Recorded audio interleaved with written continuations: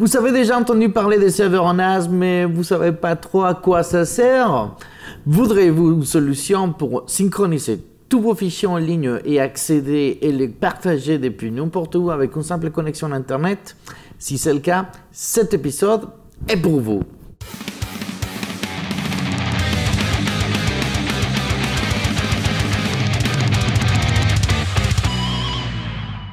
Bonjour à tous, je suis Manuel Salazar et vous êtes dans un nouvel épisode de Mode Manuel. Alors, cet épisode est sponsorisé par Western Digital. Pour ceux qui ne connaissent pas, Western Digital, c'est l'un des plus grands fabricants de disques durs et de différentes solutions de stockage. Alors, ils m'ont demandé si je pouvais regarder de plus près ces deux unités que j'ai ici. Ce sont des serveurs NAS. Donc, j'ai ici le EX2 et le EX4100. Donc, c'est MyCloud, c'est des serveurs NAS et des clouds personnels. Avant de commencer, je voudrais juste faire les points sur les mots NAS. Regardons ce que c'est. NAS, c'est de l'anglais et ça veut dire Network Attached Storage. Ou si je ne me trompe pas en français, ça serait un truc comme stockage connecté en réseau. Un NAS, ça se branche via un câble Ethernet derrière votre Lightbox et non pas dans votre ordinateur via un câble USB comme on pourrait le faire avec un disque dur normal. Les ports USB derrière ces serveurs NAS sont là que pour l'expansion de votre stockage ou pour faire un backup depuis ouvert à notre disque ou une clé USB. Quelques définitions importantes pour vous.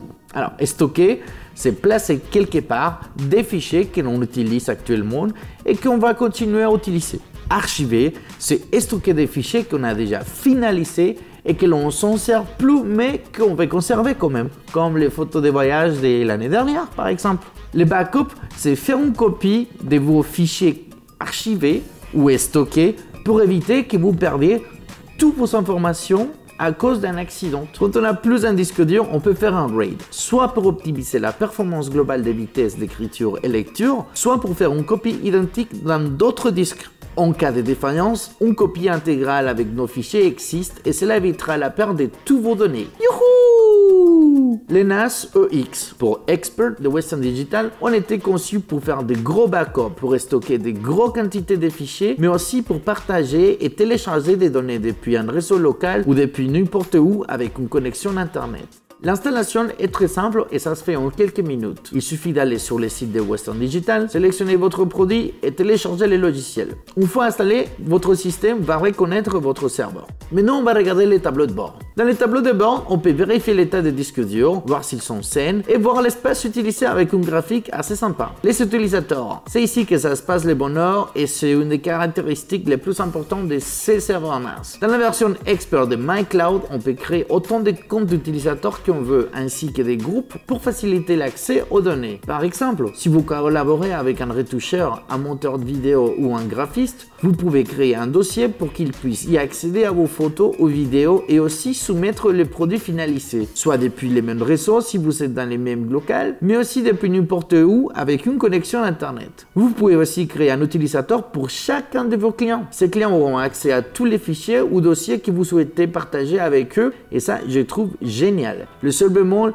c'est que les fichiers, ils se retrouvent chez vous. Le temps de transfert de gros fichiers peut être un peu long pour votre client. Cela dépendra bien sûr de la vitesse Internet de vous et celui de votre client. La fibre est bienvenue pour ces cas-là. On peut créer autant de dossiers partagés et régler plusieurs paramètres. Aussi gérer les contrôles d'accès à chacun de ces dossiers pour chaque utilisateur. Vous aurez un contrôle total de vos documents. Une fois qu'on a créé les utilisateurs et qu'on a sélectionné les dossiers qu'on va partager, on peut donner accès via le cloud à nos utilisateurs. Choisir les dossiers qui auront accès et bref, c'est là que cela devient intéressant. mycloud.com. Pour partager vos fichiers avec différents ordinateurs et tablettes portables ou smartphones, Western Digital a mis tout dans un seul endroit. Ça s'appelle mycloud.com. C'est accessible via un navigateur internet ou sinon avec les applications faites pour Android et iOS. En gros, vous avez accès à tous vos fichiers et documents pour son visionnage et partage en complète mobilité. Si on souhaite juste partager le contenu d'un dossier ou d'un fichier sans créer un compte d'utilisateur, on peut tout simplement le partager directement depuis mycloud.com, par mail ou avec un lien. C'est la façon plus facile et rapide de partager du contenu. L'application MyCloud est vraiment super bien faite. Elle est identique sur Android que sur iOS C'est très clair, minimaliste et facile à naviguer. En l'utilisant depuis quelques jours, je peux vous dire qu'elle marche très bien et que je n'ai eu aucun bug ou problème avec l'application. On peut même gérer des utilisateurs. Ça aurait été bien aussi de pouvoir gérer la création des dossiers partagés depuis l'application, mais je pense que cela arrivera bientôt avec une future mise à jour. Grâce au serveur DNLA intégré dans toutes les versions de Western Digital MyCloud, on peut faire du streaming, des films et d'autres vidéos dans tous les appareils compatibles DNLA, mais ça s'applique aussi pour les tablettes et téléphones. Par exemple, si je veux regarder un épisode de mode manuel dans mon iPad avant de le publier sur YouTube pour vérifier que les couleurs sont bien dans un autre écran, je peux le sauvegarder dans mon serveur NAS et le streamer sans avoir besoin de l'importer dans mon iPad. On peut aussi sauvegarder l'intégralité de notre NAS dans un autre NAS à distance. Comme ça, vous êtes complètement sûr que vos données sont en totale sécurité. Il existe l'option de sauvegarder l'intégralité du stockage du NAS dans un service cloud, mais pour l'instant, ça marche uniquement avec Elephant Drive, qui n'existait pas en français, et sur Amazon S3. Ça aurait été bien de voir deux autres options avec support en français qui soient moins coûteuses.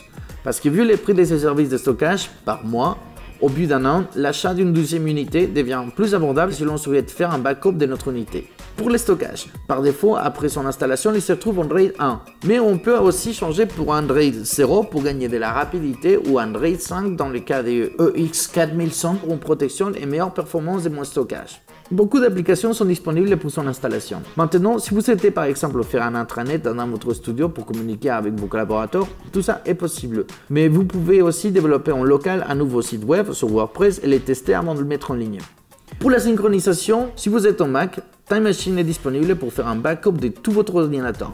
Pour PC, vous allez trouver une autre application de bureau qui s'appelle Western Digital Sync.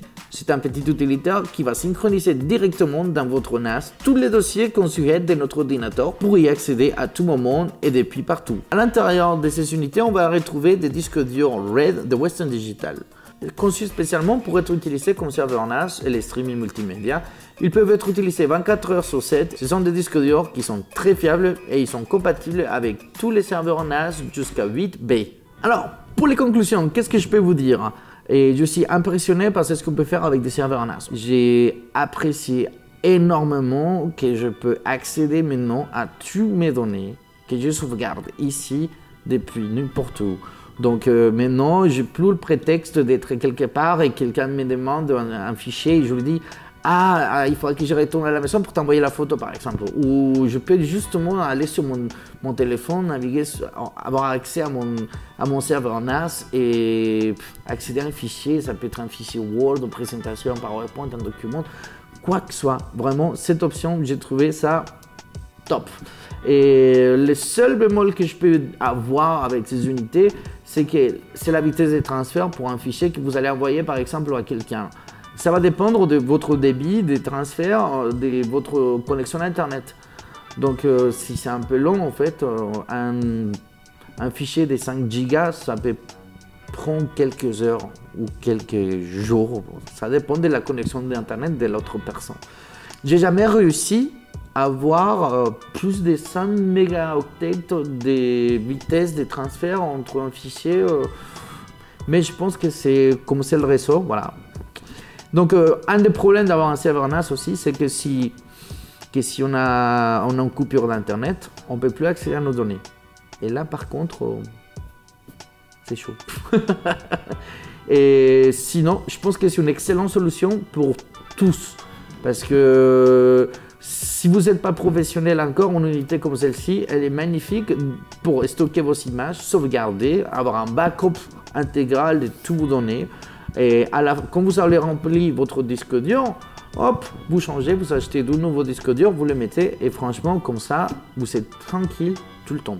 Donc honnêtement, et impressionné, surtout les prix, parce que honnêtement, je suis allé voir c'est ce qui fait la concurrence en termes de juste des boîtiers seuls, nus, sans disque dur à l'intérieur, et quand j'ai vu les prix, et franchement, ça, c'est pas trop loin en fait avec les disques durs et en plus, c'est des super bons disques durs. Si un de ces deux produits vous a plu, je vous laisse un lien en bas où vous pouvez directement l'acheter sur le store de Western Digital. Vous pouvez vous abonner à la newsletter des F1.4 pour recevoir un épisode gratuit et que tous les dimanches, il y a un nouveau épisode des F1.4 qui sort. Voilà. Donc j'espère que cet épisode vous a plu. Si c'est le cas, vous savez quoi faire. Si vous avez des commentaires, n'hésitez pas à les écrire en bas. Je vais essayer de vous répondre à toutes vos questions. Pour la fin, je vais vous dire, salgan, diviértanse y nos vemos hasta el próximo mes. ¡Yuhu! Manuel Rax.